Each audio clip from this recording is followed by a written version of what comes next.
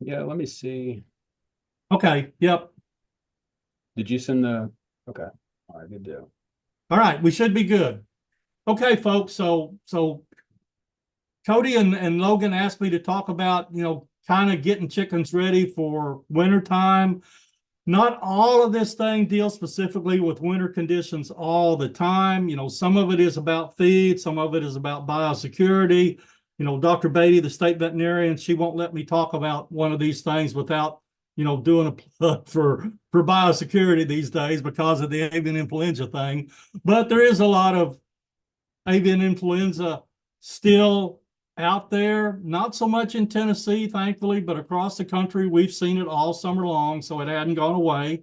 We'll see more of it this winter as the weather begins to cool down. So we've got some, general type stuff in this presentation, and then we've got some, that is geared more specifically to wintertime ventilation. So let's go through this as we go. Again, it doesn't make any difference whether you're talking hot weather, cold weather, weather in between. If you've got chickens, it's probably cheaper just to buy it at the store than it is to produce it yourself. If all you want to do is have eggs for breakfast, or if all you want to do is have a chicken dinner every now and then, it probably is cheaper just to go to the store and buy it. Because again, chickens are like everything else. They're going to come with expenses. Maybe not as many expenses as what something bigger would be, but you're still going to have to deal with expenses. You've got to get the birds from somewhere.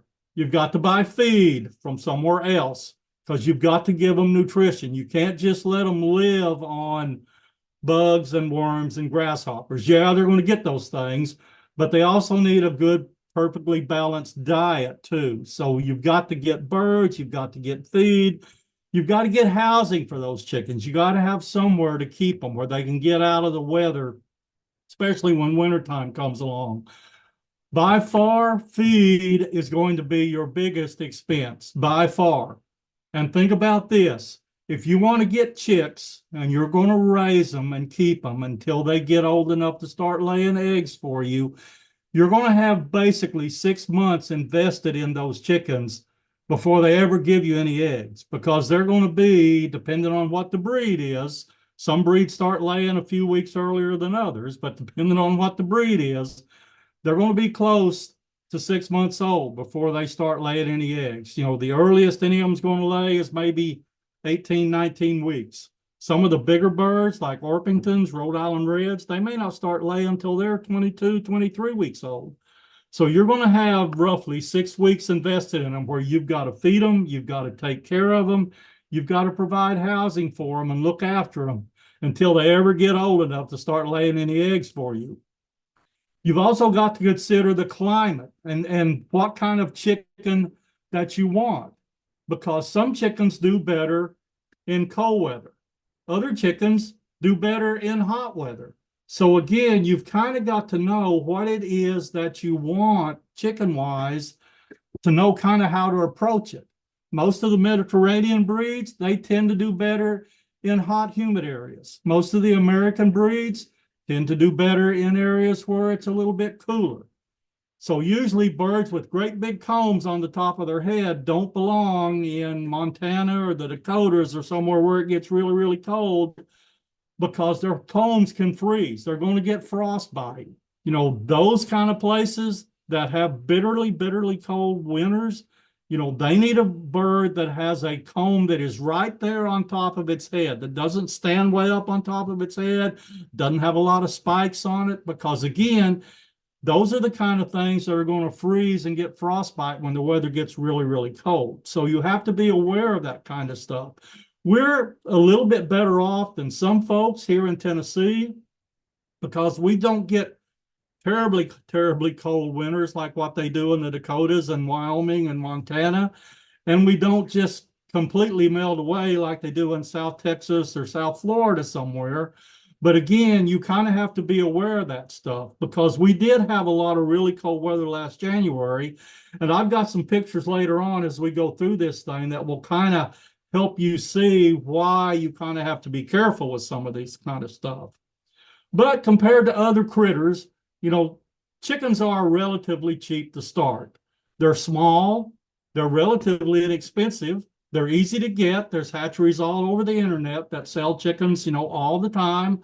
Feed stores in the spring when it's chick change season always have chickens, so they're easy to find, they're easy to get, and they don't require a lot of land. Compared to a horse or a cow or a hog, you don't need very much property to raise quite a few chickens on. But there are rules, and it's important to know those rules.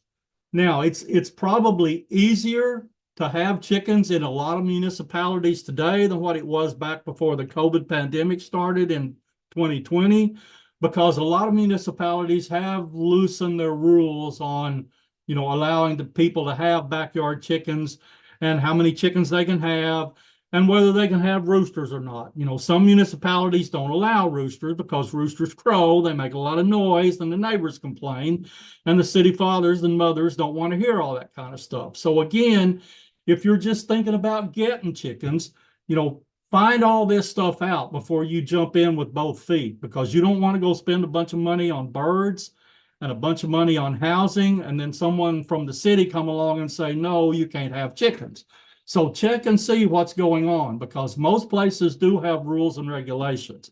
And there are a lot of places that do not allow roosters. Now, sometimes they say they don't allow roosters, but they might look the other way on that as long as nobody complains. So before I came here, when I worked for Mississippi State, I lived in Starkville, Mississippi. That's where Mississippi State is based. And Starkville, Mississippi's got a backyard chicken ordinance. You can have hens, but you can't have roosters according to the ordinance. But again, any morning that you wanted to, if you got up early enough and went outside, you could hear roosters crow all over Starkville. So they kind of looked the other way on their chicken ordinance as long as nobody was complaining. But again, most municipalities do have at least some type of rule on backyard chickens. They either let you have them, but they will only allow certain numbers. They may not let you have roosters, but then again, they may not allow chickens at all. So check and find out. Sometimes outside the city limits, sometimes counties have rules and regulations too. So even if you live out in the country, check and make sure before you go spend a lot of money and then have somebody come by and tell you that you can't really have chickens. And you're going to have to know what you want. Find what best suits your goals. Know where you want to be. Not just, a week from now, 6 months from now, a year from now. Think long term. Know where you want to be a year down the road, 5 years down the road. How many chickens do you want to eventually wind up with altogether? What are you going to do with those chickens? Are you just going to use them for your own personal use? Are you interested in selling meat and eggs to the public? So kind of start out with the end goal in mind. Know where you want to go. Because again, there's over 400 different varieties of chickens out there. You're going to have to figure out what you want and what you're most interested in. And you can pick from a whole series of things.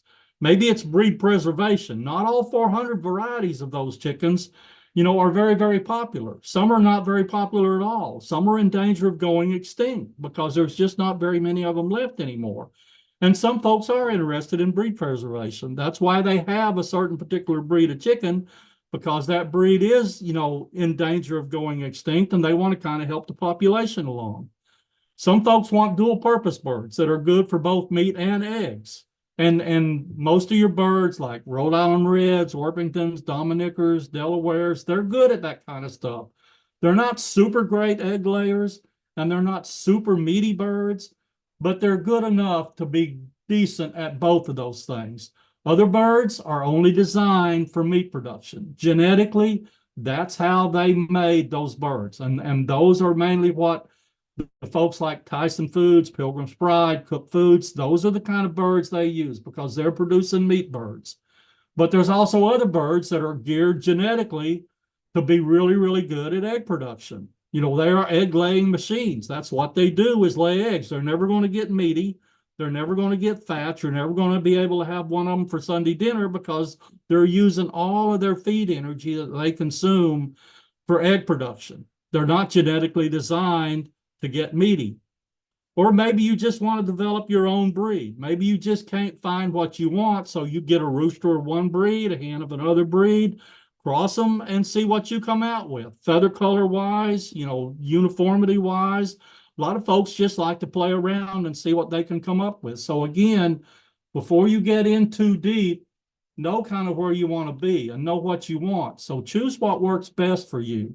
If you're looking for egg production and that's what you're interested in, and you're not really all that interested in a meat type bird situation, single comb white leghorns, single comb brown leghorns are going to be the way to go, because those birds are, folks, egg laying machines. Genetically, they've got those birds geared to where they will lay 300 to 320 eggs a year. You know, they don't take a day off very often.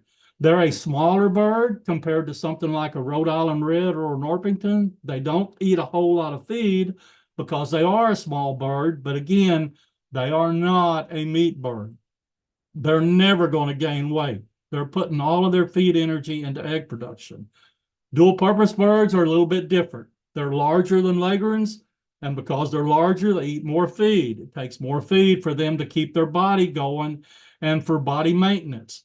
Usually they lay brown eggs. You know, white leghorns, brown leghorns are going to lay white eggs. Most dual purpose birds, unless they're one of these Easter egger birds and lay a blue egg or a green egg, are going to lay brown eggs, and they're not going to lay as many.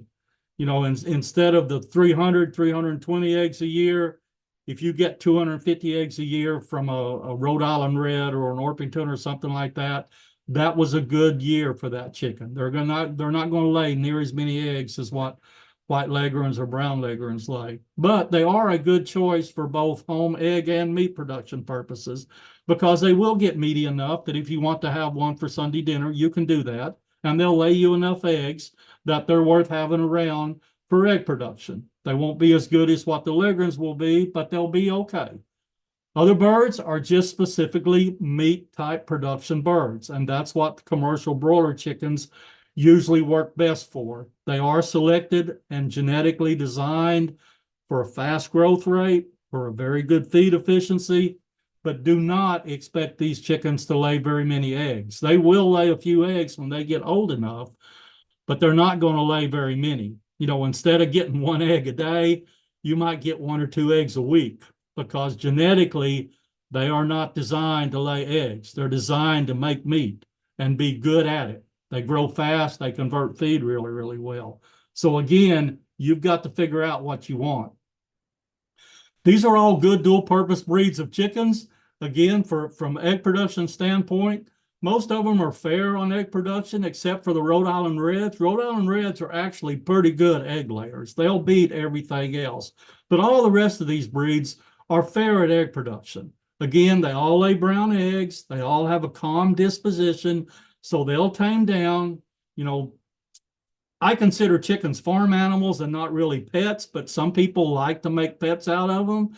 And these are the kind of birds that you can do that with. If you spend enough time with them and are around them enough, you know, you can make pets out of them. They'll tame down and they'll be very, very calm chickens. And for the most part, their foraging ability, the ability to hunt for grasshoppers and worms and bugs and stuff like that, is really pretty good. You know, except maybe for Orpingtons. They're a little bit on the lazy side. They'd rather you bring their feed to them and put it in front of them, but they will hunt their own food to some degree. All of these birds are very good egg-laying birds. The one at the top and the one at the bottom, Egerns and sex-lynx, are probably the best of all of this group of egg layers. They lay a large egg.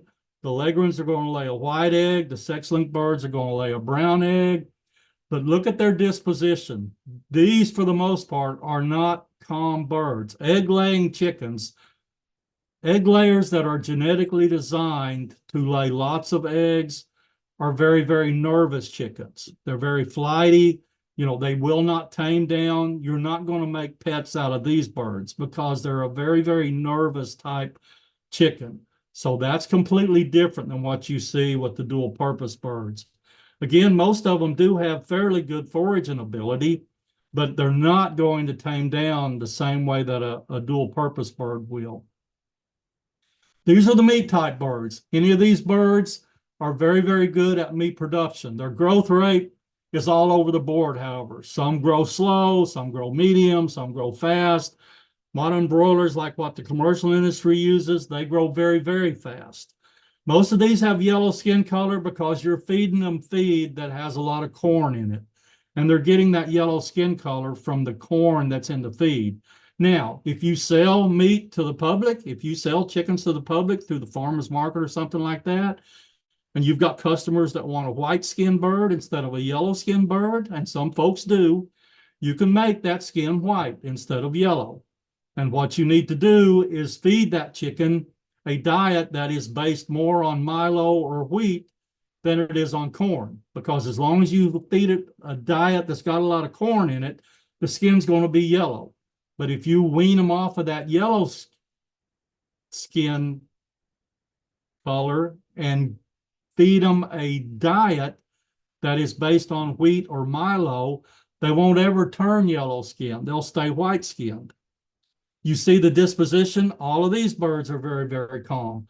But look at their foraging ability. Poor, poor, poor, fair, poor.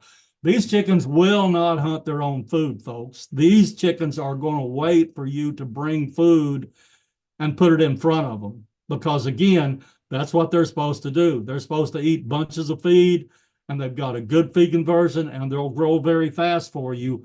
But they're not going to do that on their own. They want you to bring the feed to them and put it in front of them. Let's talk a little bit about housing. There are bunches of different housing designs out there. They are all over the internet, and they range from very, very simple to very, very fancy and sophisticated and complex, depending on just exactly what you want. Again, you can take some panel wire, you can take some chicken wire, you can take some tarps, and you can make a shelter for them. And it'll keep them safe. It'll keep the predators away from them. Or you can do something that's very, very fancy and build them a hotel or a house to live in or whatever you like. So again, everybody is different, but you've got to kind of pick and choose just exactly where you want to be and how you want your chickens to live. Regardless of what kind of housing you've got, whether it's simple, whether it's complex, you need to protect those chickens from the weather. You need to protect them from predators, from injury, and from theft. If you've got a run for them, if they do live in a pen, you're going to have to figure out what size fence wire you want to use. It does need to be small enough to keep the predators from getting in, but you've got to decide how small of a predator you want to keep out. You can still have some pretty big holes in the fence wire and keep something like a coyote or a fox out. But if you want to try to keep out rats or snakes, you're going to have pretty small chicken wire to be able to do that. So again, that's all on you. What do you want to build that thing to do? And again, everybody thinks a little bit differently. Consider the site, consider the proximity to your house before you begin construction on where the chickens are going to live. You don't want to put them in a low area. You want to put them on high ground that drains well because you don't want them to be in a mud hole all the time. So put them up on high ground that drains well. And again, the closer their house is to your house, the quicker you can get there one night if you hear the chickens all squawking because there's a fox or a coyote in the pen. So again, think about all this stuff before you jump in with both feet and decide this is what you want to do. Figure out whether you want to run electricity, figure out whether you want to run water out to the chicken area, or are you just going to check them with a flashlight after it gets dark and carry water to them in a 5-gallon bucket? Again, that's up to you. But they do require a dry, draft-free house, especially in wintertime conditions. Chickens do not like to be wet. They do not like to be in a hard breeze. They don't mind a little bit of a wind across them, but they don't like to be in a big draft because they would prefer to stay somewhere else. It also must be something that's relatively trouble-free when it comes to cleaning it and gathering eggs. A chicken is not very tall. You wouldn't have to make the facility to hold the chickens very tall if you were just doing it for the chicken. But you're the one that's going to have to go into the coop and gather eggs. You're the one that's going to have to go in there and clean the manure out from time to time. So again, make it as easy on yourself as what you can.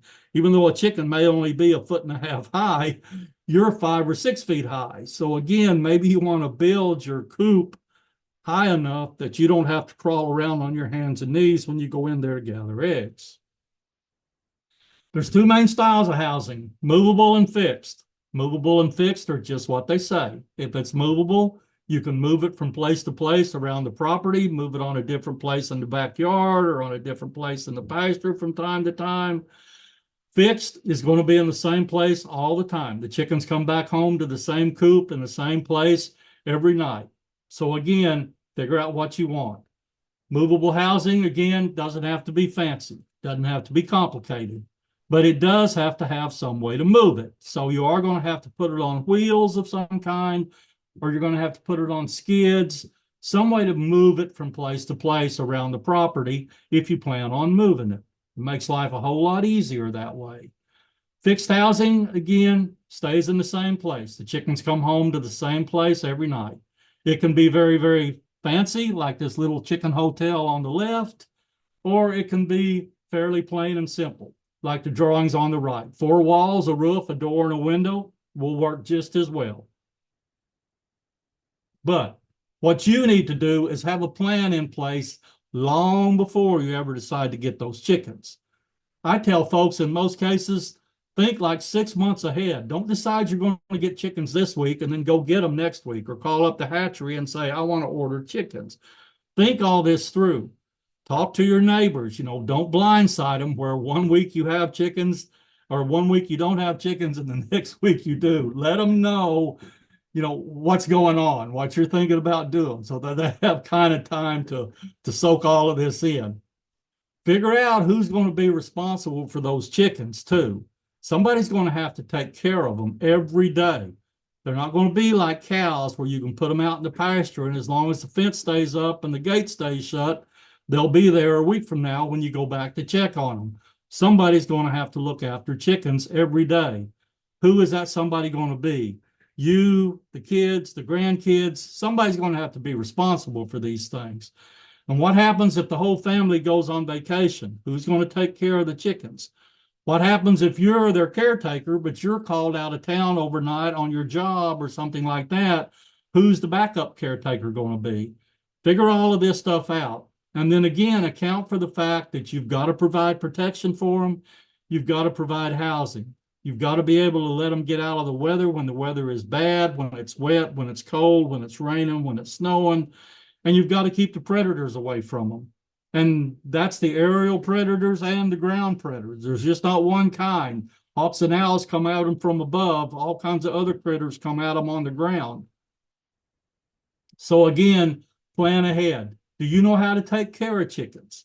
Have you ever done that before? If you haven't, is there someone that can teach you basic husbandry to look after chickens? Maybe that's the county agent, but maybe that's not the county agent. Maybe the county agent didn't major in chickens in college. Maybe they're a beef cattle person or a row crop person or a family and consumer science person. Maybe the county agent don't know any more about chickens than you do. So who's going to be your backup from that if you don't know much basic husbandry to take care of chickens? Where are you going to get feed? Is there a feed store in the town where you live, or is the nearest feed store 2 towns away somewhere? You're going to have to get them feed, because you can't expect them to live and have a good life and provide you eggs and meat if all they're going to live on is bugs and worms and grasshoppers. That just won't work. What are you going to do with the manure? What are you going to do if chickens get sick? They're a live critter. Keep them long enough, sooner or later, somebody's going to get sick. What are you going to do with the ones that die? Again, they're live creatures. Sooner or later, if you keep them long enough, somebody's going to die. What happens when those kind of things happen? So there are rules, know what they are, know what you're going to have to do. I tell folks to look after chickens, to brood a group of chickens. There's 6 basic things you have to worry about.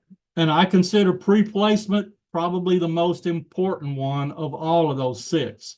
So pre-placement is all the stuff that you do to get ready to bring your baby chicks home. Don't bring them home and then decide, all right, I'm going to heat up the little area that they're going to live in. I'm going to put out feed. I'm going to put out water after I get them. No, do all of this stuff before you get them.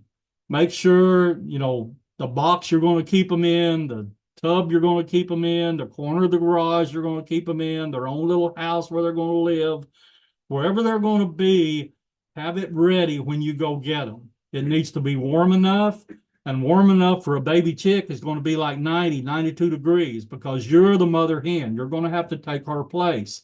They need it very, very warm. They need feed out. They need water out whenever you bring them home. And then after that, you have to worry about the other five: feed management, light management, air, ventilation management. You can't have too much dust. You can't have too much ammonia. You can't have too much humidity built up in wherever it is you're keeping them. Water management, temperature management. Again, you start them out warm, but you can drop that temperature about 5 degrees a week to keep them comfortable. They don't have to stay 90, 92 all the time. You know, it needs to be like that when you bring them home, but you can drop it about 5 degrees a week to keep them comfortable.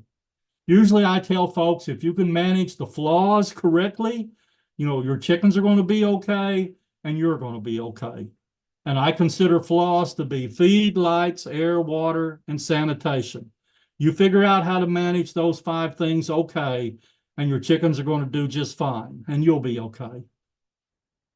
But be forewarned, raising chickens is not as easy as you may have been led to believe. It does take work. It does take effort on somebody's part to make sure that they're comfortable and make sure that they've got everything that they need. So prepare now for wintertime. You know, we've had a few cold days, but it's really not super cold yet. But those days are coming. And keep in mind that chickens are pretty tough and they're pretty hardy if they can stay in the dry and they can stay out of the wind. Because again, they don't like to get wet. They don't like to be in a hard breeze. Cold they can handle, but cold and damp is a dangerous combination when it comes to chickens. And I've got a picture a few slides down the way that will show y'all what can happen, you know, if they get cold and damp too much of the time. Now, the coop needs a roost to get the chickens up off the cold floor. In most cases, roosts should start at least 12 inches off the floor. It needs to be at least a foot high. And if you've got adult chickens, you know, allow about 9 inches of room on that roost for each one of your chickens. If they're smaller birds and they're not fully grown yet, maybe you don't need quite that much space. But I tend to be fairly conservative, so I'd rather give them more than I would having to cramp them all up and them not being able to get along with one another. On your roost, you know, if you can, try to avoid metal and plastic roosts. They're more likely to cause frostbite on those chickens' feet than what wood is. Wood works better for a roost. Wood's not the ideal situation when it comes to biosecurity because wood is very, very hard to clean. But from the standpoint of frostbite, you know, wood's a better choice than what metal or plastic is. And consider insulating the walls of your coop. If you're in a windy area or it does get very cold where you're at, you know, especially everybody up north, when you start talking about Minnesota, Wisconsin, the Dakotas, Wyoming, Montana, where it's very, very cold, they do have to insulate the walls of the coop. You know, farther south, nobody ever insulates anything for their backyard chickens. I never saw an insulated chicken coop when I was in Mississippi or when I was in Arkansas. Same way, Alabama, Georgia, Florida. It's not cold enough there. They don't have to worry about insulation, but maybe we do have to worry about insulation here. Keep some type of bedding material on the floor of your coop. You know, pine shavings is very, very popular. Rice hulls also works very well, but keep 4 to 6 inches of bedding material on the floor of that coop. And recognize and realize that at sometimes, you know, throughout the winter, you're going to need supplemental heat. And most folks just use a heat lamp for that, and that works great.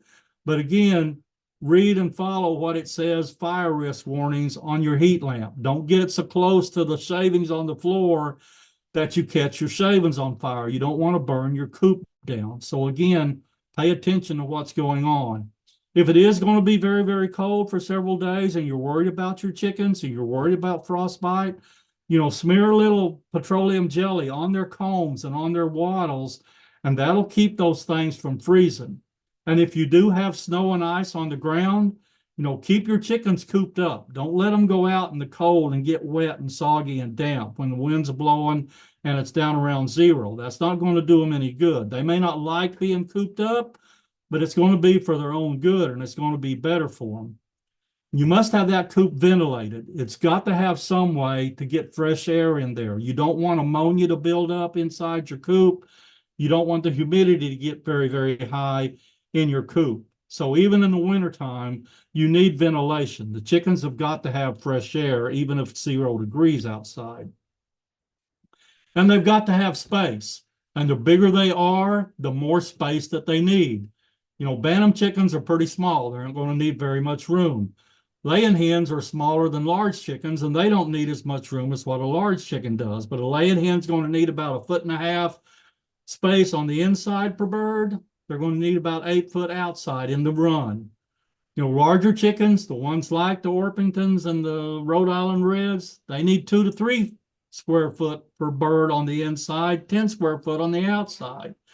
If you've got other critters, you know, ducks and geese are a whole lot bigger than what chickens are. Look down there at the bottom at geese. They need 6 square foot per bird on the inside, 18 square foot per bird on the outside. So again, the bigger the critter gets, the more space and room you've got to allow for them. And even in cold temperatures, ventilation is critical. You don't want to put a hard draft on them, but again, you've got to have ventilation. The ventilation is going to help remove the moisture inside the coop, and it's going to help prevent the buildup of ammonia inside the air inside the coop, because you don't want that. You know, too strong a level of ammonia in the air will actually blind your chickens. So you don't want to have a great deal of ammonia buildup in your air. It's also hard on the respiratory system of those chickens, and it makes it a whole lot easier for them to catch some kind of respiratory infection. So you're going to need vents in the roof or vents in the slot between where the roof and the wall come together. Or maybe if you've got a window in it, you know, open that window part way up and put a burlap sack or something over it.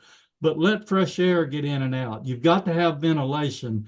Even though it may be the middle of the winter, you still got to ventilate, but you don't want to put a hard draft on them either. And know your chickens. You know, they're a lot like people. Each one of them's got their own personalities, their own little quirks. So know what those personalities are, so that if something isn't right, you'll be able to recognize that this chicken's not acting right today. If it is cold, look for them fluffing up of their feathers or ruffling their feathers up or huddling together with each other to try to stay warm. They'll be able to tell you if they're cold. And watch closely for frostbite if it is really, really cold outside. On the combs, on the wattles, on the toes, on the feet. You know, frostbite's going to show up as blackened or gray tissue, and it'll feel crusty or brittle. Take a look at that picture. A county agent sent me this picture back in January when we had a lot of very, very cold weather and we had snow or ice on the ground.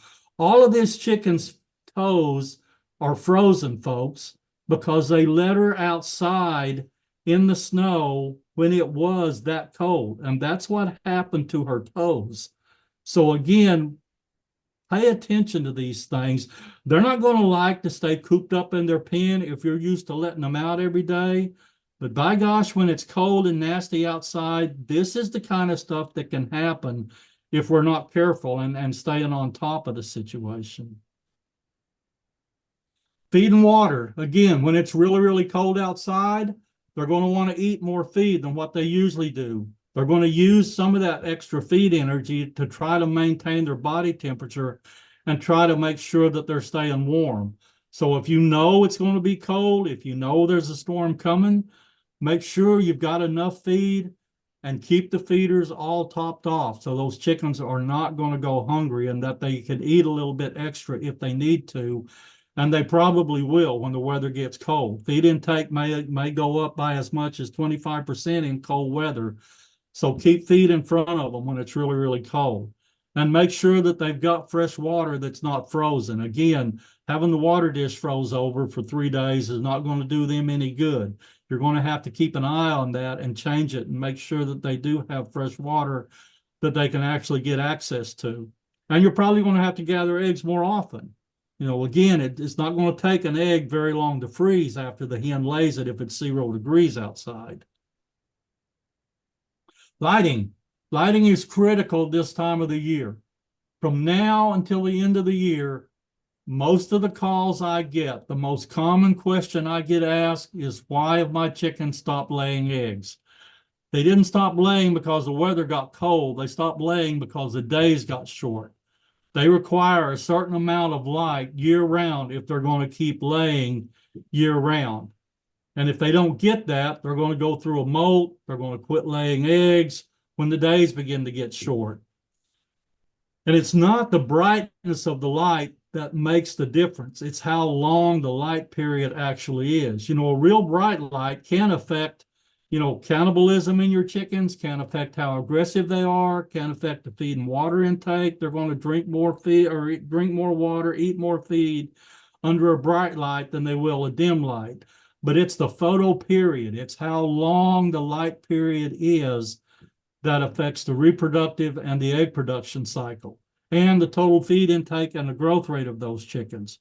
Now, you can bluff them into thinking, that it's still summertime, that the days are long, but you've got to give them 14 to 16 hours of light to do that.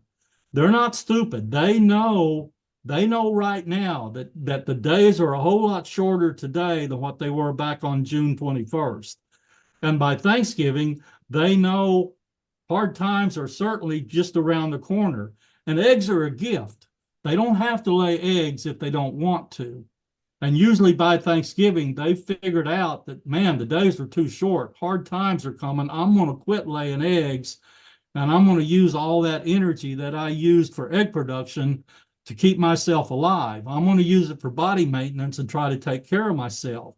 So that's why they usually quit laying eggs by Thanksgiving, and they may not go back to laying eggs again until Easter, when the days get long enough that they have decided, okay, hard times are over for a while, I'm going to go back to laying eggs again. But to keep them laying through the winter, you're going to have to give them additional light. You're going to have to put a light in the coop and make sure they get at least 14 hours, and preferably 16 hours works better, of light a day. And that'll keep them thinking that everything's all right. And again, it doesn't have to be a bright light. A lot of people just use a refrigerator light bulb or a light bulb out of the oven or something like that. It doesn't have to be bright. 25 to 40 watts is plenty. Some folks put it on a timer and turn it on for a few hours in the evening, turn it on for a few hours before the sun comes up, just to make sure they get that 16 hours of light. Other folks just turn it on and leave it on all the time in the coop, and that'll be fine too. Now, that hen cannot lay an egg every 24 hours. It takes about every 25 to 25 and a half hours for her to produce the next day's egg. So every now and then she is going to skip a day, because once the cycle cycles through long enough, she's going to skip a day to make up for that extra hour. And while freshly laid eggs are usually laid at a temperature of about 109 degrees, again, if it's 0 outside, an egg is mostly water and it's going to freeze pretty fast. So again, if it's really cold outside, you're going to have to gather your eggs more often, or you're going to wind up with some eggs that are frozen whenever you go out to get them. Let's talk a little bit about nutrition. Chickens transform feed into meat and eggs. That's why we have them. We want them to do something for us. We want them to take the feed that we give them, and we want them to turn that into meat and eggs. So understanding the principles of nutrition is important to make sure that we help them convert feed to meat and eggs as effectively as they can. So good feed, good genetics, coupled with good management on your part, good animal health programs on your part, are key to good poultry production. Good management also includes good biosecurity, that we'll talk about a little bit later, and predator protection, that we'll talk about a little bit later. Let's talk about feed efficiency first. Chickens are pretty decent at feed efficiency. They're very good at it. They're not the best, but they're good. Feedlot cattle have a feed conversion ratio of around 6 to 1. That means a steer in a feedlot's going to have to eat about 6 pounds of feed before it can gain a pound of meat. Swine are about half that, but swine are not as big as what a feedlot steer is, so they don't have to eat as much feed. Swine are somewhere down around something less than 3.5 pounds of feed for 1 pound of meat. Poultry are less than half of that. Chickens these days are pretty much, for the most part, less than 2 pounds of feed to get 1 pound of meat. 1.75, 1.8 pounds of feed to 1 pound of gain is what chickens are pretty good at today. Catfish are better than anything else. Catfish are down around 1 to 1. You know, catfish can take 1 pound of feed and they'll gain a pound of meat for that. But outside of catfish, poultry are pretty darn good at converting feed into meat. But we've spent a lot of work and time and effort getting to that point too. Poultry have improved feed efficiency by 250% in the last 50 years. So the poultry geneticists and the nutritionists have done a very, very good job of getting poultry a whole lot better than what they used to be. There's no way that beef cattle are ever going to be as efficient as monogastric critters because they're way too big. And they eat a high fiber diet where we're feeding hogs and chickens concentrate most of the time, something coming out of a feed sack. Cattle also produce a lot of methane, which is just a waste. And it's also a greenhouse gas, which causes, problems with climate change. And because cattle are so big, they have a very high maintenance requirement. It takes a whole lot more to maintain a 1,200-pound feedlot steer than it does a 12-pound chicken that you're getting ready to have for Sunday dinner. And the beef industry hasn't selected for feed efficiency the same way that the chicken industry has. If you're going to do that, it requires almost feeding critters individually. And we don't feed cattle individually. We put them in a feedlot, we put them in a pen with a whole bunch of other cattle. We can tell what the feed conversion ratio is for this pen versus that pen, but we don't know each one of the individual animals in that pen, what its feed conversion was, because we just don't feed them that way very often. This has got a lot of numbers on it, and we're not going to look at nowhere near all these numbers, but I do want you to look at the ones in orange. So again, it doesn't make any difference whether you're looking at an egg production bird or a meat production bird. Whenever they're young, 0 to 6 weeks, 0 to 4 weeks, they're eating a high protein feed. They're eating starter feed that's going to have 20, 22, 23% protein in it because they're a little chick. They're babies. They can't hold a whole lot of feed. Their crop is not very big. So what they do eat needs to be very, very concentrated feed. So we put a lot of protein in it. We put 20, 22, 23, maybe even 24% protein in starter feed. Once they get a little bit bigger and we switch them over on grower, they can hold a little more feed than what they could when they were babies. We can reduce the protein content a little bit. They can still get enough because they're eating more feed. And we don't have to put quite so much protein in it. And whenever you go buy a sack of feed at the feed store, most of the cost of that sack of feed is protein. Yeah, it may have 60% corn and 30% soybean meal in it, but that 30% soybean meal is a whole lot higher than that 60% of corn. So you're paying mainly for protein whenever you go buy a sack of feed. So the quicker we can reduce that protein level, the more we can save money on what it is that we're buying at the feed store. Now look over at the calcium percentage. Again, chickens that are not laying birds, they do not need a whole lot of calcium. Somewhere around 1% calcium in the diet is more than enough. But it doesn't make any difference whether it's an egg production bird or a meat production bird that has actually gotten old enough that she's laying eggs for you to produce more meat birds. Birds that are laying eggs need somewhere between about 3.5 and 4% calcium in the diet. You don't want to feed that feed to chickens that are not laying eggs because chickens that are not laying eggs do not need all that extra calcium. And all that extra calcium can be hard on the kidneys of your chickens. But when you switch them over to a layer diet and they start laying eggs, they need that extra calcium to help keep the eggshells hard. And they need that extra calcium to make sure that they don't start stealing calcium from their bones to try to keep the eggshells hard. If that happens, the bones are going to get soft, the chickens are going to get rickets, and you don't want that. So again, a lot of this is on you to know what kind of feed you need to be providing for your chickens. Let's look at how much a chicken needs. This is the type of feed required for one chicken by age and purpose. So let's look at brown egg layers first. They're at the top. So a baby chick that's a brown egg layer, from the day that baby chick hatches until it gets to be 4 weeks old or until it gets to be 6 weeks old, it's going to eat about 4 pounds of starter feed in that 6-week period. From the time it is 7 weeks until it's 18 weeks, we've switched them over on grower now because they don't need starter anymore. But from 7 weeks to 18 weeks, they're going to eat about 46 pounds of grower feed. And then from 19 weeks, about the time they start laying eggs, until we terminate that chicken, and that may be 2.5, 3 years, somewhere in that range, that chicken's going to eat 104 pounds of layer feed. So that one brown egg laying chicken, from the time it hatches until the time you get rid of it, is going to eat something over 150 pounds of feed. Now let's look at white egg layers. White egg layers are not as big as brown egg layers.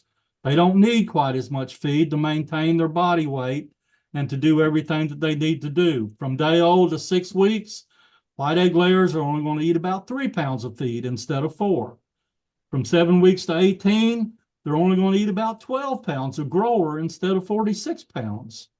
And from 19 weeks until termination, they're only going to eat about 80 pounds of layer instead of 104. So a white egg layer is only going to eat, what is that? Just less than 100 pounds of feed, where your brown egg layer is going to eat a little over 150 pounds of feed. Meat type broilers, if you're going to keep them, and again, most folks that are growing meat birds, broilers, are going to keep those things anywhere from about 7 to 10 weeks. By then, they're going to be big enough to butcher. In that 7 to 10 week period, they're going to eat about 2 pounds of starter. They're going to eat about 7 pounds of finisher feed. So somewhere in the 9 to 10 pounds of feed range is what each one of your meat type broilers are going to eat.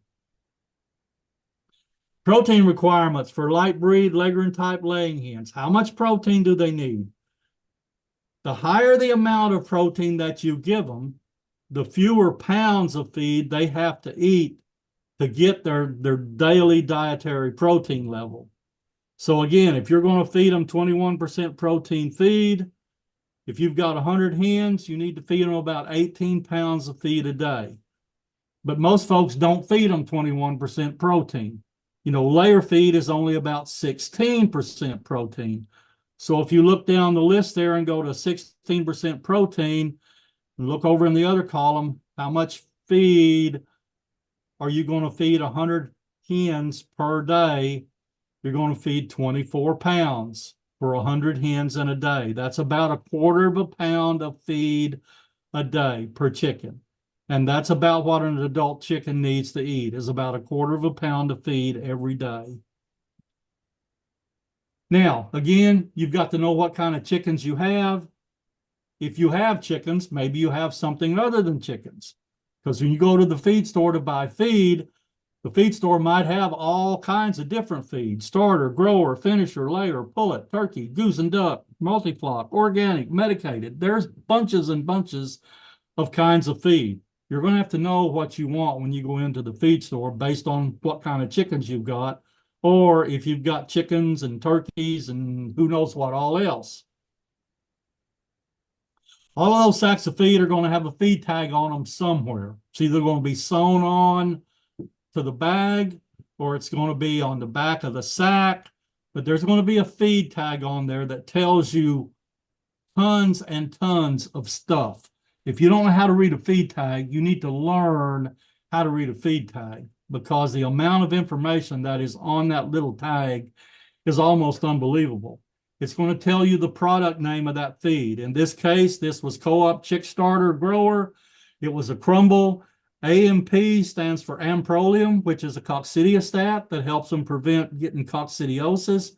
BMD is an antibiotic. BMD is bacitracin. So that tells you already a whole lot of what's in that sack. It's starter grower, it's a crumble type feed, and it's medicated. If it's medicated, it's going to tell you that it is medicated, that there's something in it for the health of those chickens. It's also going to have a product purpose statement. If we look at the third arrow up there for starting and growing layer type replacement pullets, notice replacement pullets. It's not hens that are already laying eggs, it's replacement pullets. There's a reason you can feed replacement pullets feed that has amprolium in it, because they are not laying eggs yet. If your flock of hens is laying eggs and you feed them amprolium in the feed, they're going to stop laying eggs. So again, pay attention to what the tag is telling you. It's going to tell you what the active drug ingredients are. In this case, this has got amprolium and it's got bacitracin. Amprolium's in there at 113.5 grams per ton of feed. Bacitracin's in there at 50 grams per ton of feed. It's going to have the guaranteed analysis that tells you what is in that sack. In this case, the crude protein level in that sack is a minimum of 19%. It's that much protein. It's got a minimum of 0.82% lysine, a minimum of 0.27% methionine. Lysine and methionine are amino acids. They are the two most limiting amino acids in chickens. Those are the things we have to make sure they get enough of. It's also going to tell you what the minimum crude fat, the maximum crude fiber, how much calcium, how much phosphorus, how much salt is in that bag. It's going to have an ingredient statement. Everything that is in that sack is going to be listed. Grain products, molasses, propionic acids, all of the vitamins, all of the minerals, everything that is in that diet that went in that sack is going to be listed in that ingredient statement.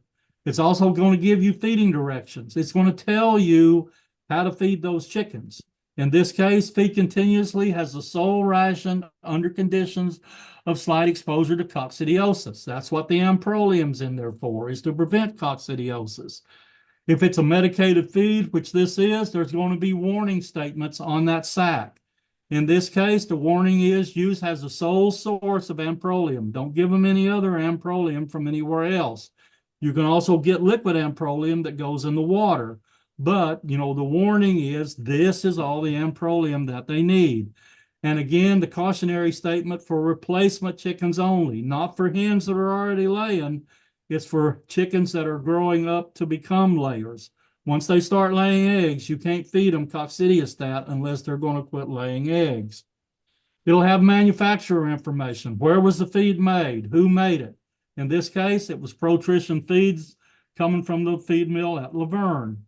And a quantity statement. This was a 50-pound bag of feed. So again, that feed tag has a wealth of information that can tell you all kinds of information if you just know what to look for. Mash versus crumbles versus pellets. You can get all three kinds of this feed. You can get mash feed, crumble feed, pelleted feed. Mash feed is going to be less expensive than either pellets or crumbles, but there are reasons to feed pellets or crumbles instead of mash. The additional milling steps that it takes to make pellets and crumbles makes that feed cost a little bit more than what mash does. But again, there are advantages to feeding pellets or crumbles. The feed is compacted into a pellet form. The bird can consume and metabolize a greater amount of feed that way. It is a complete feed if it's in a pellet or a crumble form. The birds can't kind of pick and choose out different feed ingredients like they can in a mash feed. It does improve the handling quality, and it usually decreases the dustiness of the feed if it's been pelleted. And pellets make it easier for the bird to reach its full genetic potential. It also makes it easier to formulate high-energy, high-protein diets. It is the most efficient way to produce eggs or a pound of meat if you give them pellets or crumbles. Now, what am I talking about when I say mash or pellets or crumbles? Mash is on the left, crumbles is in the middle, pellets are on the right. Let's talk about crumbles first, in the middle. Crumbles used to be pellets, but the pellets were run through a roller mill and crushed into these smaller crumbles. Baby chickens cannot eat those pellets. The pellets are too big for a baby chicken to swallow. So we pelletize it, but then we crumble it back down to the point that a baby chick can eat it. Let's look at mash next, over there on the left. All of those little shiny yellow pieces that you see in that mash feed are little pieces of corn. The chickens like that. They're going to pick out all of those bright yellow pieces, and they're going to leave all the rest. They're not going to eat it. And all the rest is stuff that they need too. All the rest is the vitamins and the minerals and the soybean meal. And they're going to leave that behind because they like that yellow corn. If we crumble it, And if we pellet it, everything is bound together. So they can't pick and choose what they want. That way they get everything that they need. So that's why it's, even though crumbles or pellets may be a little more expensive, that's why it's better to feed crumbles or pellets in the long run. Two most common feeding mistakes people make. Number one is feeding the wrong kind of feed. Again, do not give layer ration to young chickens. They can't handle all of that high calcium level. And a lot of people feed scratch grain, but scratch grain is very low in protein. It's high in energy, but it's very low in protein. It doesn't have any vitamins and minerals to speak of. So it is not a complete feed. It's usually cheaper than some of your other feed, but again, it's not going to give your chickens everything that they need. And the scratch grain dilutes the protein, it dilutes the vitamins, the mineral levels of a complete ration. You can give scratch grain, and a lot of people do, but there's a right way to do it. And we'll talk about that here in a little bit. Birds will not grow well. They will not, or they will lay fewer eggs, and they will be less disease resistant if they get too much scratch grain. Nutrient deficiencies may lead to other things too, like feather picking, cannibalism, lameness, sores, or even death of the chicken because they're not getting everything that they need. So feeding the wrong feed is the number one mistake people make. Not feeding enough of the right kind of feed is the second biggest mistake people make. Again, adult chickens need about 1/4 pound of feed per bird per day. Now, in the middle of winter, when it is cold, you may want to increase this a little bit just to make sure that that chicken is going to get enough to make sure that it can maintain its body temperature the way it needs to. Again, your biggest expense is going to be feed. Yeah, you're going to have to get chickens. Yeah, you're going to have to get housing. You're going to have to pay for that stuff too. But 70% of what it costs to keep backyard chickens is feed cost. So make sure you feed enough of the right kind of feed. Scratch grain is not the right kind of feed. So understand the nutritional concepts. Optimize your feeding management strategy. Do it right. Give them the right stuff in the right amount. And the age and the type of poultry that you have are going to determine what kind of dietary requirements they have. Now, feed is basically made up of 6 different parts or pieces: water, carbohydrates, fats, proteins, vitamins, and minerals. Water is often overlooked most of the time, but is by far the most important nutrient. Chickens can live a whole lot longer without feed than they can without water. We're the same way. We can go a whole lot longer without eating something than we can without having enough water. Carbohydrates is where the energy is going to come from. Carbohydrates are compounds that contain carbon, hydrogen, oxygen. That's usually the corn part of your diet. There's also fat that is 2¼ times the calorie of carbohydrates. We do put fat in feed, but we don't put a whole lot of fat. Proteins, that's going to be the soybean meal in the diet. It's complex compounds made up of amino acids. And then vitamins and minerals. Minerals are important in bone formation and several other functions. Vitamins, they don't need a whole lot of it. They only need small quantities, but they are essential organic compounds that the chickens are going to have. Let's look at water first. Animals, again, can live a whole lot longer without food than they can without water. Shortage of water for just a few hours a day can result in decreased egg production. If a hen doesn't get enough water today, she's probably not going to lay you an egg tomorrow because water, or the egg, is mostly water. And water makes up 90% of the blood content. It softens the feed, it carries it through the digestive tract. It carries the nutrients from the digestive tract to the cells. It carries water, it carries away waste products. And water helps cool the chicken fuel through evaporation. Chickens don't sweat like we do.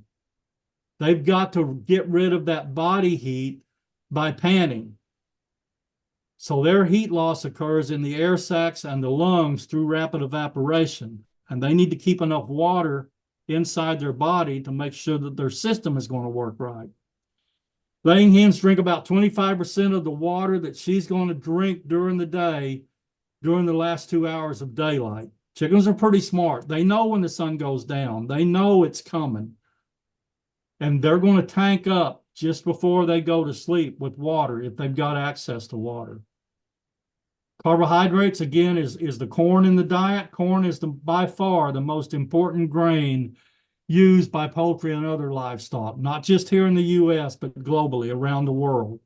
And again, a sack of feed is basically 60% corn. Corn supplies about 60% of the total feed in a corn and soybean meal diet. And most sacks of feed that you go to the feed store and buy for your chickens are corn and soybean meal diets. We basically split the corn that is grown in this country up in three different ways. About 45% of it goes to ethanol production that goes in gasoline. About 40% of it goes to livestock and poultry feed. And then we export somewhere around 10 to 20% of it around the world. Ethanol production results in two products. You get ethanol that goes in the gasoline, but we also get something called distiller's grade grains with solubles. It is also a good alternative feed source to corn. We also put fat in the diet. It can be unsaturated fat like corn oil, soy oil, or canola oil, or it can be saturated fat, things like animal fat, poultry fat, yellow grease. For those of you that don't know what yellow grease is basically the grease from the restaurant that they fried your French fries in. When they get through with it, they don't throw it away. They sell it to the livestock industry, and the livestock industry uses it to put in cattle feed and hog feed and chicken feed. In most cases, the high cost of vegetable oils makes including them in poultry diets uneconomical. But there are several different poultry companies that have contracts to produce what's called an all-vegetable diet. Whoever they're selling product to does not want any animal fat in the diet. It costs more for chicken companies to do this because corn oil or soy oil or canola oil is going to cost more than animal fat or poultry fat. That's why some of these products cost more at the grocery stores than others do, because it's costing the chicken companies more to make it. But the chicken companies have bosses too, and they're being told what to do by their customers. Proteins, again, main source of protein in poultry diets are some type of a plant protein. By far, soybean meal is the most common of these different plant products, but there's also canola meal, there's also corn gluten meal. To some degree, we can use a little bit of animal protein like fish meal and meat and bone meal, but we do have to be careful, especially with fish meal, because if we use more than about 5% of fish meal in the diet, the chickens and the eggs are going to taste like fish. And most people want their chickens to taste like chicken. They want eggs to taste like eggs. So we can't overdo it on the fish meal because everything will be tasting like fish. Importance of soybeans. Again, soybean meal is the most widely used protein source in poultry feed, and it's going to account for about a third of what's in that sack of feed you buy. About 2/3 of it is going to be corn, but the other third of it is going to be soybean meal. And about half of the carbohydrates that are in soybean meal are soluble sugars that are fermented by the microorganisms in the ceca of the chicken to generate volatile fatty acids that the birds can use. Now, even though we put soybean meal in the feed, we cannot feed raw soybeans to chickens. There's something called trypsin inhibitor in soybeans, which is an anti-nutritional factor, and the chickens cannot use the soybeans if they're raw. Same way with cattle or hogs. We have to heat process soybeans to make sure that the soybean meal is usable by the chickens. Minerals. Minerals, there's two types. Micro minerals that the chickens don't need very much of, macro minerals that they need a lot more of. The micro minerals that they don't need much of is copper, iodine, iron, manganese, selenium, and zinc. You know, their requirements may be low, but they do have to have these things because all of these things play essential roles in the body's metabolism. So, for example, iodine is required to produce thyroid hormones that regulate the metabolism. Zinc is involved in many enzyme-based reactions in the body, and iron helps carry oxygen through the blood throughout the whole body. So even though they don't need these things in very big quantities, they do have to have all of them. Macro minerals are the ones they need a little more of: calcium, phosphorus, chlorine, magnesium, potassium, and sodium. Calcium, again, is critical to proper bone formation and to keeping the eggshells hard. Phosphorus is also important for bone formation, but also part of the cell membranes and is required for many of the metabolic functions that go on. Vitamins are also split into two different kinds: fat-soluble vitamins, water-soluble vitamins. A, D, E, and K are the fat-soluble vitamins. Again, all of these things have a purpose. Vitamin A is required for normal growth and development of the epithelial tissue and for reproduction in the chickens. Vitamin D3 is required for normal growth, bone development, and eggshell formation. Vitamin K is essential to make the blood clot. Vitamin E is essential for reproduction, the tissue integrity, and to make sure the immune system is functioning correctly. The water-soluble vitamins are all of the B vitamins, plus we throw vitamin C into the mix with all of the B vitamins. And the B vitamins are involved in many metabolic functions that go on in the body. Perhaps most importantly, though, is energy metabolism that goes on. Talk a little bit more about scratch grains. Again, scratch grains are kind of like a Twinkie just before supper for us. Chickens like scratch grains, and they often eat too many of them if their caretakers give them too many. And then they have less of an appetite for the nutritionally balanced diet that they need. So if you are compelled to feed scratch grains, and some folks are, even though the chickens, if they're getting a balanced diet and they're getting 1/4 pound of it a day, they don't really need any supplements, but a lot of people feed them anyway, and that's just fine. If you're going to do it in the afternoon, and do it after you've given them their balanced diet and after they've cleaned all that up. And don't overdo it. Think moderation. Give them only what they can clean up in maybe 10 or 15 minutes or so.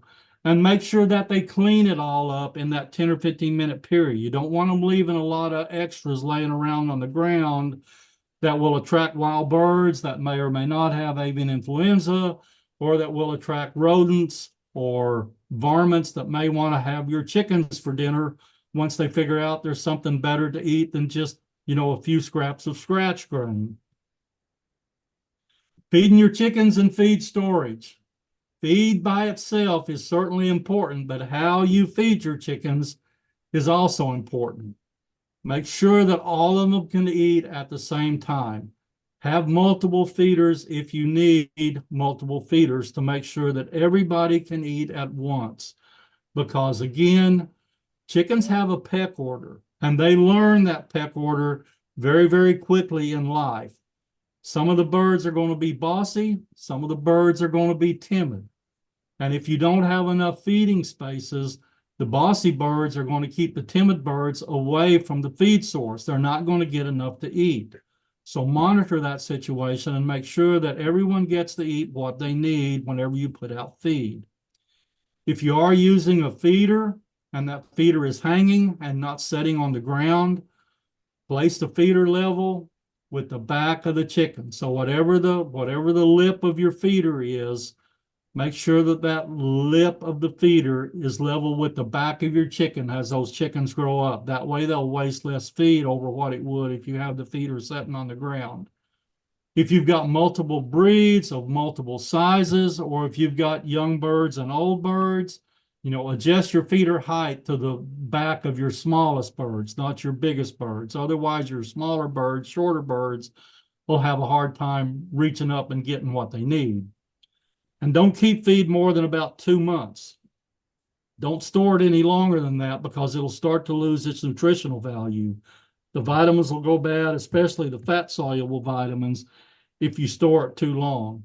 And when you do store it, keep it in a cool, dry place so that the moisture stays away from it and so that the rodents and the wild birds can't get access to it. Let's talk a little bit about what to do if your chickens do get sick. Again, keep them long enough, sooner or later, somebody's probably going to get sick. First of all, if you lose a chicken this week and you lose one next week and you lose one a month from now, that's not too much to worry about. That's not worth reporting to anybody. That's just, life. Stuff happens. But if you go out this morning and everybody last night when you checked them looked just fine, and you go out this morning and every chicken you've got is coughing and sneezing, and chickens cough and sneeze when they get a respiratory infection, just like we do.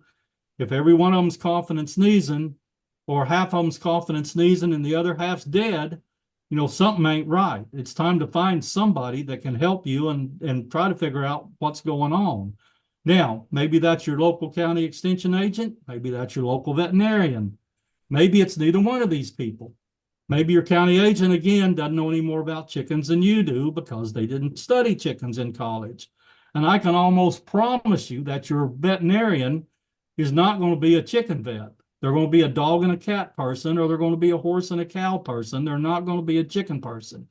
But your county agent's going to know people, and your local veterinarian's going to know people that can help you. Tennessee State University in Nashville's got an extension poultry specialist. That's his number. I'm the University of Tennessee's extension poultry specialist. That's my number. The Tennessee Department of Ag in Nashville's got a poultry program coordinator. That's his number. The Cord Animal Health Diagnostic Lab in Nashville's got folks there that if you've got chickens that are dying, you can send one of them to the lab. They'll do a necropsy on it for you. They'll tell you what happened to that chicken, why it died. Tennessee State Veterinarian's Office has also got people scattered around the state that can come and check on your chickens, especially if it's a respiratory infection and if you're worried that they may have avian influenza. State Veterinarian's Office can get a hold of the animal health technician that's closest to you, and the animal health technician is the folks that come around and test the chickens at the county fair or test the chickens at the chick chain show to make sure they're okay. They can send an animal health technician out to swab your chickens and send a swab to Nashville, and they can figure out whether it's avian influenza or some other type of respiratory infection. So there is ways to get help. You just need to know who those folks are that can help you. If you want to get NPIP certified, NPIP is National Poultry Improvement Plan. If you want to sell meat or eggs to the public, you're going to have to be NPIP certified.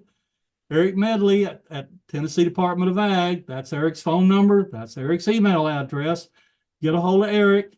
Eric will get a hold of the animal health technician, again, that's in your area, that's closest to you. The animal health technician will give you a call and set up a test date with you that works out for the both of you to come out and test your chickens. They're going to test them for pylorium and typhoid. They're going to test them for avian influenza. They're going to come back in 6 months and test them for avian influenza again, just as a follow-up. It costs $75 a year to stay NPIP certified. They're only going to test the birds that are 16 weeks old or older. So just before they start laying eggs, or the ones that are laying eggs, are the ones they're going to test. If you've got chicks that are 4, 5, or 6 weeks old, they're not going to test them. They're only going to test everything that's 6 weeks old or older. Once you are certified and in the system, you must get any new birds that you get from another NPIP source, or you're going to have to isolate any new birds that you do get, separate them from your other birds until the animal health technician can come back and test those birds into the program to make sure that they don't have any type of disease or anything. Let's talk about biosecurity. Again, Dr. Beatty won't let me do these talks without talking about biosecurity, so we're going to talk about it. The next couple of slides are bird migration maps. You can go to that website down there at the bottom of that slide in blue, and you can see this same map. This map is pretty much in real time. You can look at what's going on at any particular time of day or night to see how many wild birds are in the air and which way they're going. So you can see in this slide that all of those orange arrows are pointing south because the birds are flying south. It's migration season. This was on October the 1st at 12:30 in the morning Eastern time. A lot more birds fly at night than what fly in the daytime. And usually the peak is somewhere around midnight, give or take an hour, is when you see most of the birds in the air. On this particular night, there were 783 million birds in flight that night, all of them headed south. Now, the U.S. has 4 major migratory bird flyways. Atlantic Flyway, Mississippi Flyway, that's the one we're in, Central Flyway, Pacific Flyway. You see this map is lit up pretty much from the East Coast to the West Coast. There was birds in the air somewhere all the way across the country that night. 783 million of them.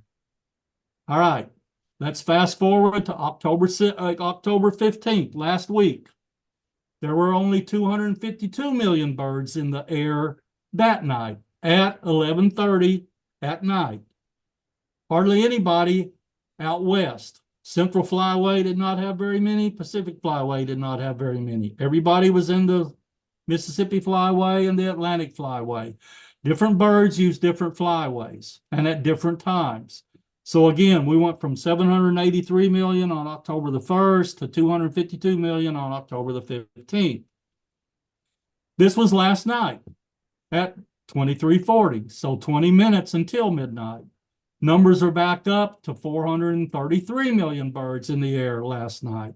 Again, all of them going south, and most of them this time only in the Mississippi Flyway. Not very many over there on the Atlantic coast, hardly anybody at all in the Central and Pacific Flyways. So again, different birds use different flyways depending on just exactly what kind of breed they are and how they think.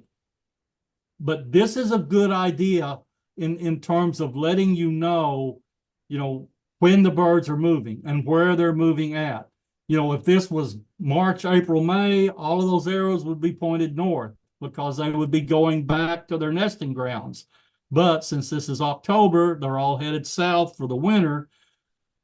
All of those little green dots are weather radar tracking stations. That's how they're figuring this out. They're using weather radar tracking stations to figure out where the birds are and how many of them are moving. So, what exactly is biosecurity anyway? Well, bio means life, security means protection. So it's basically the life protection of whatever it is we're trying to take care of. In our case, that happens to be chickens, but you could look at it at horses, cows, hogs, anything else. It's just all of the practices, all of the protocols, all of the things that you do to try to prevent disease from moving from wherever it is. If you've got it on your property, you don't want to spread it around. If somebody else has got it, you don't want them spreading it to your property. It's just everything you do to be as careful as you can to try to prevent disease from moving around. Why is that important? Again, we want to prevent the spread of disease. We don't want it moving around. We want to keep our flocks healthy. And if we're selling meat or eggs to the public, we want to increase our income. Sick chickens don't lay very many eggs. Dead chickens don't lay any eggs at all. If we don't have any eggs to sell, there goes our income supply. I kind of look at biosecurity as having three separate components. I kind of look at it like a three-legged stool, and all three legs are important. If one leg is missing, you don't have good, firm, solid biosecurity. And those three legs are isolation, traffic control, and sanitation. Let's go back to isolation. We want to confine our birds as best we can within a controlled environment. Try to keep other birds away from them. All the wild birds that we can, it's better if we don't go around anybody else's birds. It's better if they don't come and get around our birds. We want to lock the doors when we're working around our chickens to make sure other people don't come wandering in and have access to our chickens. We want to separate birds by age. Now, I say that, but lots of people have multiple age birds on their farm, and they do just fine. They have young chickens, they have old chickens. The young chickens are probably not going to make the old birds sick. The older birds certainly very well could make the younger birds sick. But again, lots of people have multiple ages on the farm and make it work. Just be aware that if you do have multiple ages, it just increases the disease risk a little bit. Do not mix species. I say that, but again, a lot of people who have chickens might also have turkeys or ducks or geese or guineas or something else. And you can do that, and it works. But it just increases the risk if you have multiple species. Traffic control.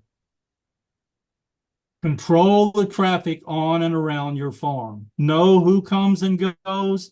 Know why they're there. Do they have any business being there? Again, outside of you and your family, very few people have any business being around your chickens. It just increases the disease threat. Now, some people are going to have to come and go. The FedEx driver comes and goes. The UPS driver comes and goes. The Amazon driver comes and goes. Propane truck driver, whoever comes and goes. But they don't have any business being around your chickens because, again, that just increases the disease threat.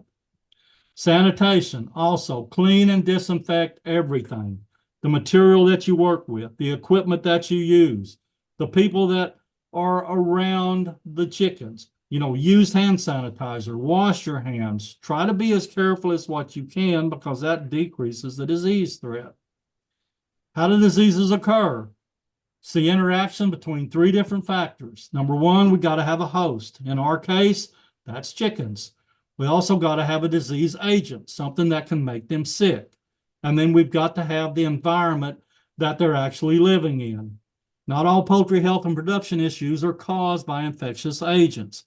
A lot of the problems can be traced back to management factors.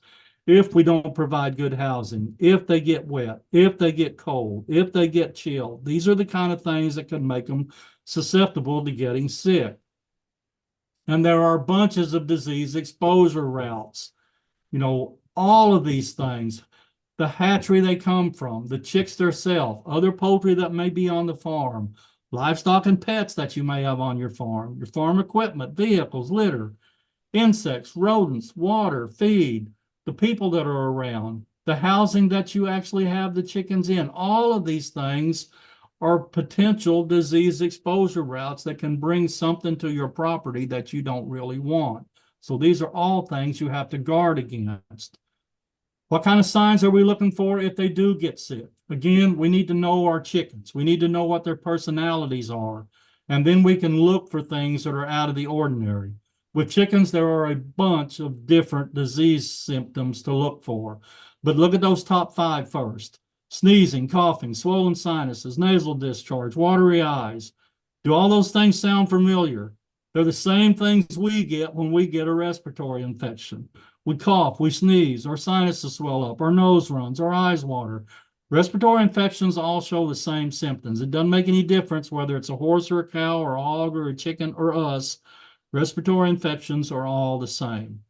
But chickens maybe also might have a twisted neck. Maybe they can't straighten their neck out. Maybe they want to be looking straight ahead, but they've got some kind of neurological problem going on where they're looking off to the left or right. Or maybe their neck is twisted completely upside down and they're staring up at the stars. Decreased feed and water intake. Again, when they get sick, they don't feel good. They don't eat, they don't drink like they should. We do the same thing. When we're sick, we don't eat as much. We don't drink as much. They get dehydrated because they're not drinking as much. We do the same thing when we're sick. We get dehydrated because we're not drinking enough. Egg production goes down.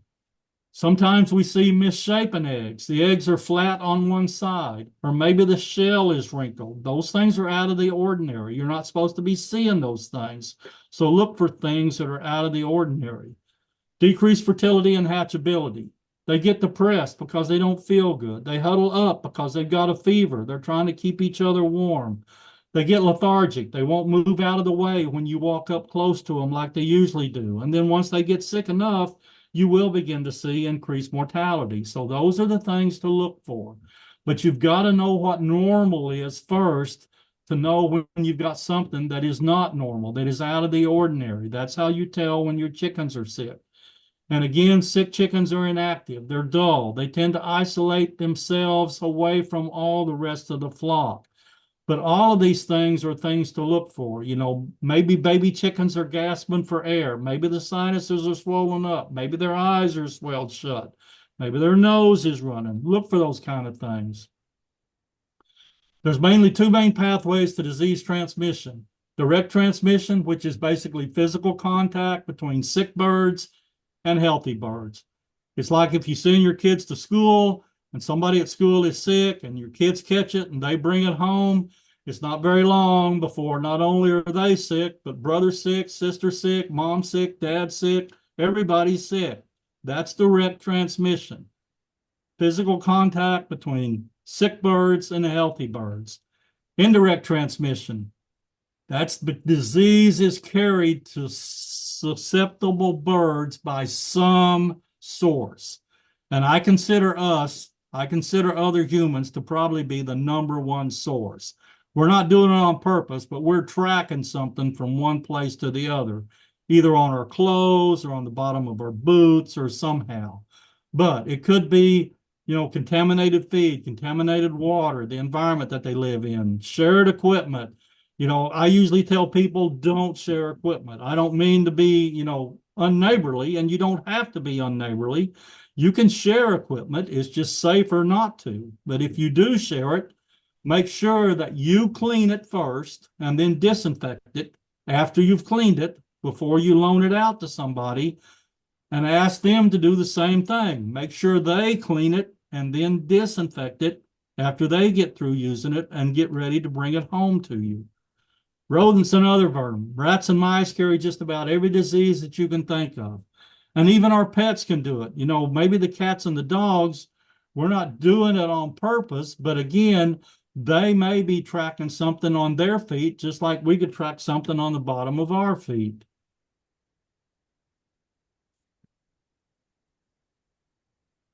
Whoop.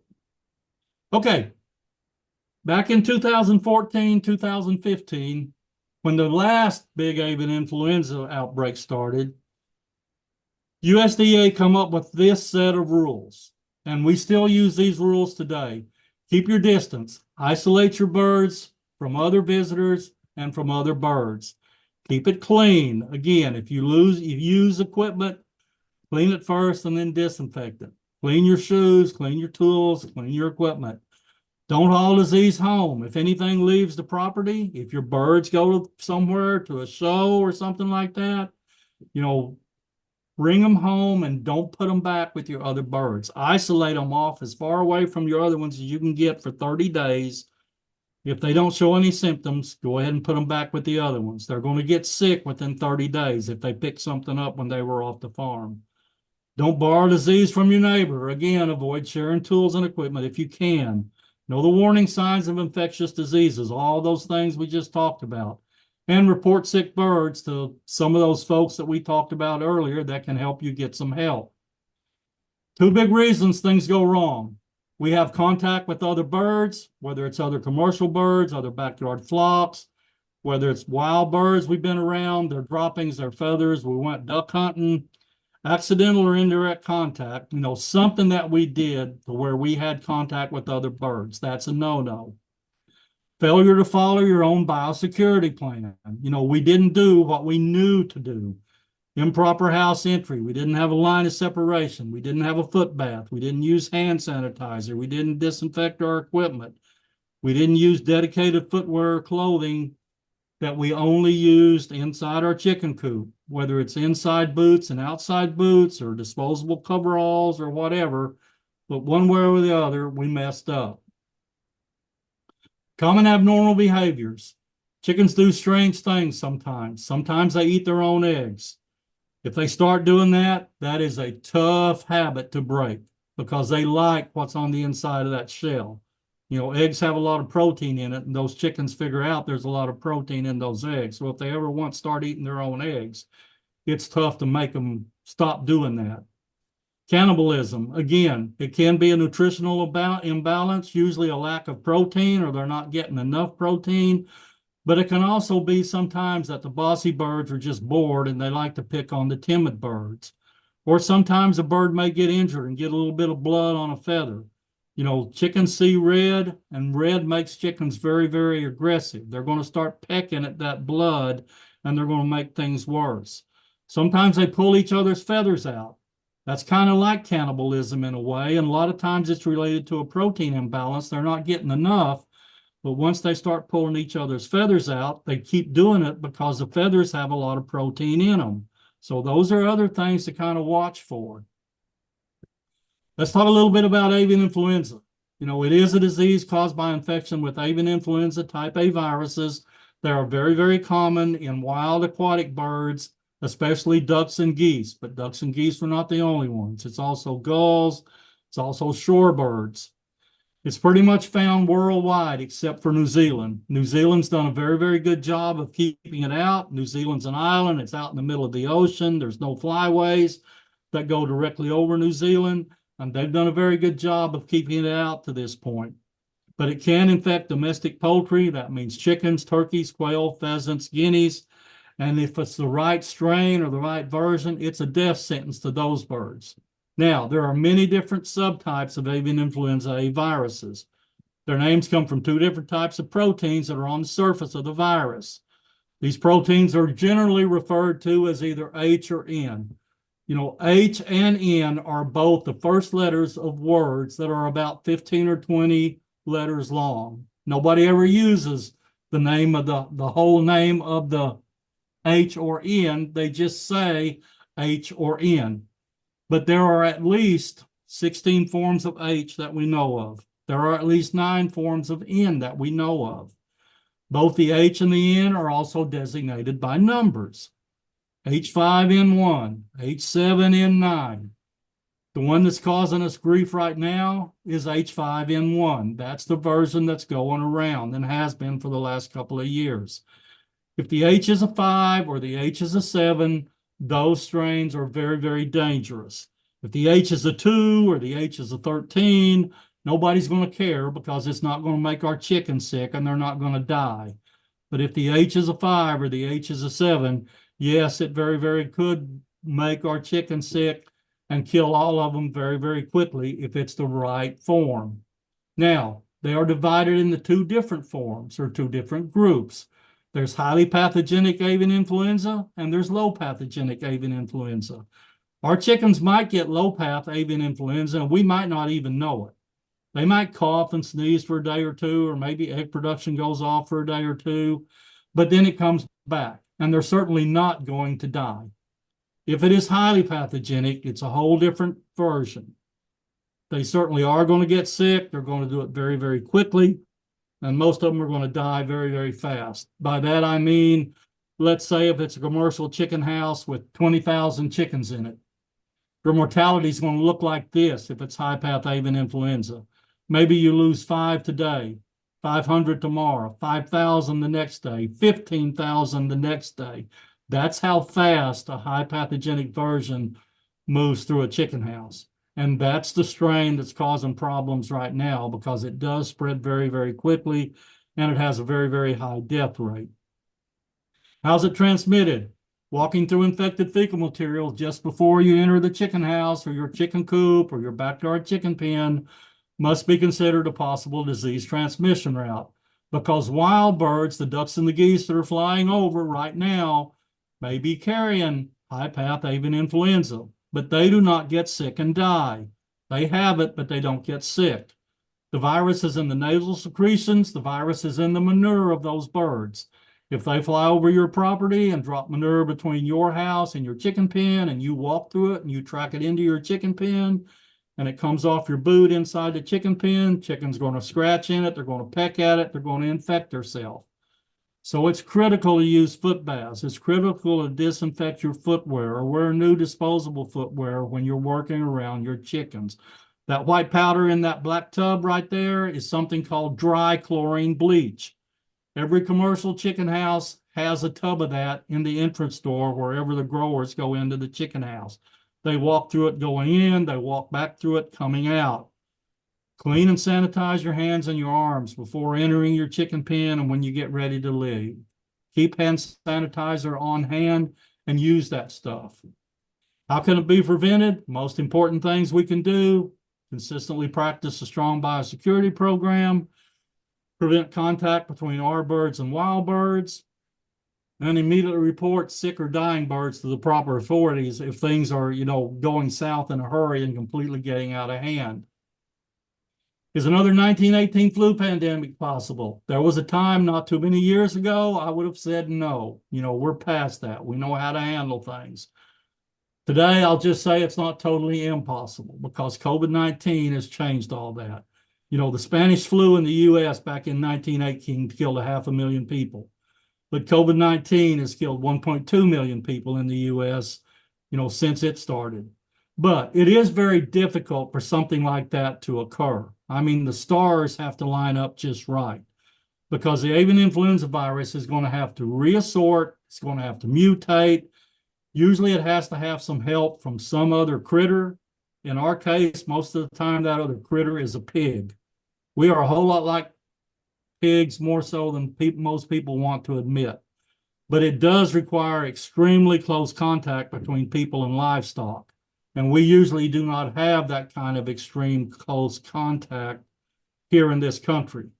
It's not common here, but it is a lot more common in other places, China, Southeast Asia, other places in Africa, where people and their animals do have a lot closer contact than we do in this country. Predators, we don't like much more. Predators are a constant threat to your flock.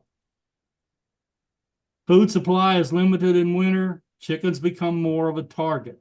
And there's a long list of predators that can threaten your chickens. Number one at the list is probably cats and dogs. They may be our pets, but they can still see chickens as a food supply if we don't provide proper supervision.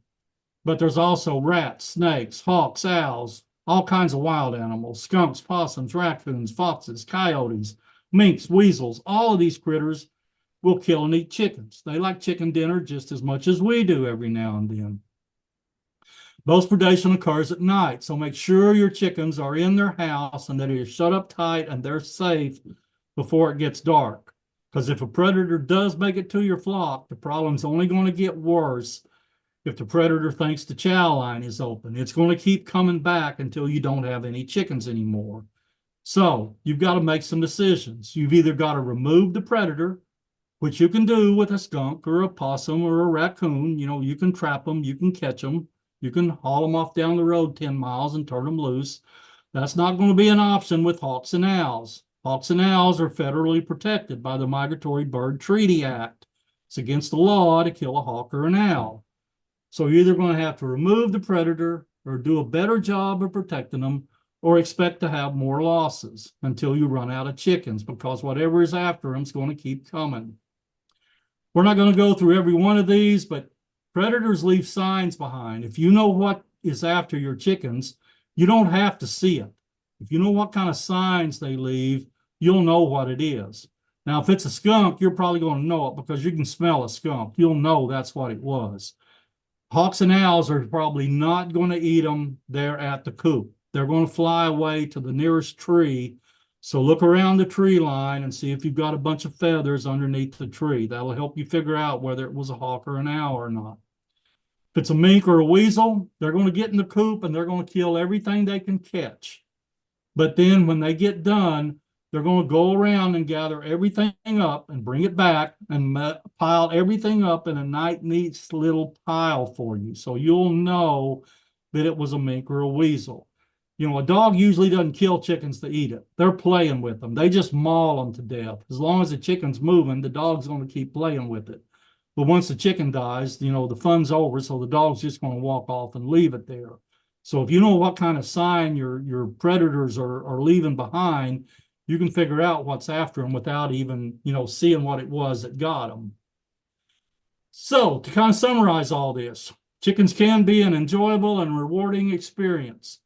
But you need to consider the expense and the time that is going to be required on your part, or at least on somebody's part, to take care of those chickens the way they need to be taken care of. So plan ahead. Plan now for winter. How are you going to manage the cold weather? Again, you know, if the weather's really, really bad, there's ice and snow on the ground, I'd keep them in their coop. I know they're not going to like it and they won't be happy, but they'll be safer that way. Provide the proper nutrition, provide housing, provide biosecurity for those things. You know what to look for in terms of sickness or disease. Abnormal behavior, sick chickens, know who to call to get you some help. And be aware that there's all kinds of critters out there that want to eat your chickens. And know what those signs are and know how to help yourself figure out what it is that's after your chickens. With that, I'll say thank you. I'll try to answer any questions anybody might have.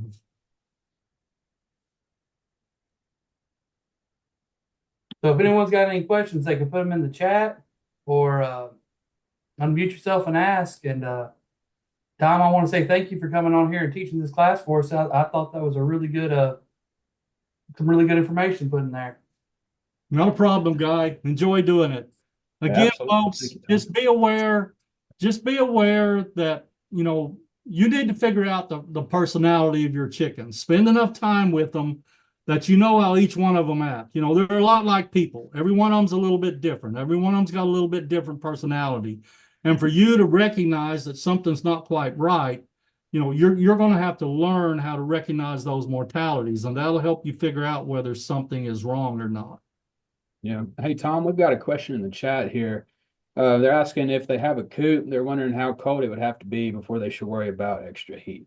If they have what now, Logan? If they have a coop, they were wondering how cold it would have to be before they needed supplemental heating. Well, again, if they're in the dry and they're out of the wind, you know, it can get freezing or below. As long as they don't get wet and as long as they don't get in a wind that they don't like, as long as there's enough buffer for them, they can take a lot of cold temperature. If they are too cold, you know, they'll begin to huddle up with each other and they will begin to fluff up their feathers and ruffle up their feathers. If you don't see that, you know, they're doing just fine. But again, if they can stay out of the cold and they can stay out of the wind to where they don't get wet and they don't get a draft on them, they can take a lot of cold. Now, if you've got smaller chicks, you may not have to, you know, rely on that quite so much. They may need a little bit more heat, but an adult chicken, as long as they can stay dry and out of the wind, they can take quite a bit of cold. Okay, and we've got another one here. They're asking about when a silkie gets wet, should they make sure he gets in the coop to dry off? I guess they're talking about a specific breed there. So so if their chickens get wet in colder temperatures, what do they need to do? They need to try to get them put up or dried off, or Yeah, if they do get wet, you know, silkies are a little bit different than most other breeds. If the silkie's outside and it does get wet, you know, this is just me. I'd get the silkie in the house and try to get it dried off before it got too cold, because they're a little bit different animal than most other chickens. right. Okay, well that's good. I don't see any other questions in here. I guess as far as, like, you know, kind of tying back into the temperature before you should start worrying about heat. I have noticed, like, this past year, whenever we had a period where it would drop off below freezing for a couple days at a time, some of the birds that have larger combs, they'll end up with a little bit of frostbite on the tips of their combs.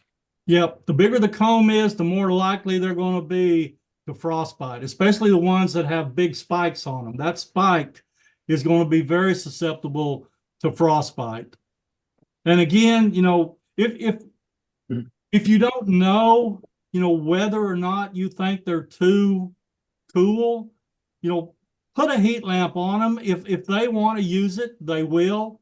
If they don't, you know, it's not going to put out so much heat that they can't get far enough away to keep them happy from that heat lamp. So if you're in doubt whether they're comfortable or not, you know, stick a heat lamp in your pen or your coop. Just make sure that it's not so low to the ground and going to put out so much heat that it's going to catch your shavings or your bedding on fire.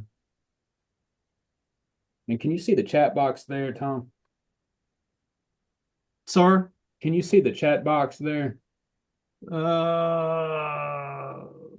right now. Okay, so we've got one more here. Worried about a Polish that has already started to molt. Should they be worried?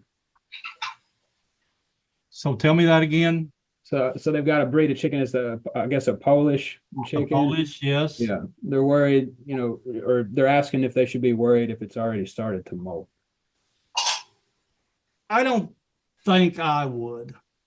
Yep, I think they'd be okay.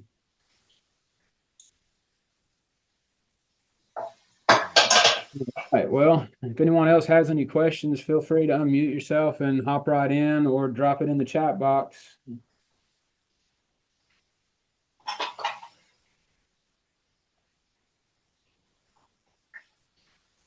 Okay, well, I think we've got it about covered there. And again, if they've got questions, you know, Cody, Logan, you know, if they send them to you, you guys can send them on to me, or, you know, I'll be glad to take their calls or questions, you know, if I can help anybody with anything. So yeah, feel free to get a hold of one of us and we'll see if we can help you all out. Absolutely. Yeah, no doubt, no doubt. So I'm gonna try to get this recording kind of trimmed up and sent out tomorrow to everybody. Depending on the size, but let me email it. If not, I'll have to figure out a second option. But other than that, I'm also going to type up a little survey for y'all to kind of just fill out, a little form on Google real quick, maybe 3, 4, 5 questions. And if y'all wouldn't mind just giving us y'all's feedback so we can make these classes better for y'all in the future, we would greatly appreciate it. Sure. And classes is always good. Those classes are always good. Thank you, Mr. Bergen. Okay. Well, Tom, you got any last comments? Are you ready to call it? I think I'm good. Again, just a lot of raising chickens is just common sense type stuff. I mean, if something doesn't look right to you or doesn't feel right, you probably need to do something a little bit different. So it's not rocket science to raise chickens. But again, a lot of folks that haven't done it very long, they may not know all the ins and outs, and it's not their fault they don't know. It's just nobody's ever explained it to them or nobody's ever told them. But again, there is no such thing as a dumb or a stupid question. If you don't know, ask, and somebody somewhere will be able to help. Absolutely. We've got another question here in the box. Asking about supplemental lighting in the winter. Yeah, so if you want egg production to keep up, that would be something I would look at. And Tom, I think you mentioned that it doesn't have to be a whole lot of light, but just a little bit of extra. Doesn't have to be bright, it just has to be long enough. And certainly no less than 14 hours a day. 16 hours, I think, works better. But I know a lot of people that just put a light bulb in the coop and leave it on all the time. Chickens are still going, when they get ready to go to sleep, they're still going to be able to go to sleep. And again, it doesn't have to be a bright light. As long as it's 25, 30, 40-watt bulb, that's bright enough. It's not the brightness of the light that's making them stop laying. It's how long the day length is. Right. So, does it adversely affect their health in any way? Sir? Does it adversely affect their health in any way? It doesn't seem to. The fact that people leave it on all the time, doesn't seem to bother them one way or the other. When they get ready to go to sleep, they're still going to go to sleep. I mean, chickens sleep in the daytime, just like what they do at night, and the sun's out in the daytime, but if they want to take a nap, they're still going to take a nap. Yeah, that was good. Good questions, y'all. Good questions. Absolutely. I appreciate them. I appreciate all the comments as well. Okay. All right, Cody. Well, you got it wrapped up there. I guess, Tom, you'll probably have to end the meeting there. Cody, you'll have the recording. Yep. Sure thing. Okay. And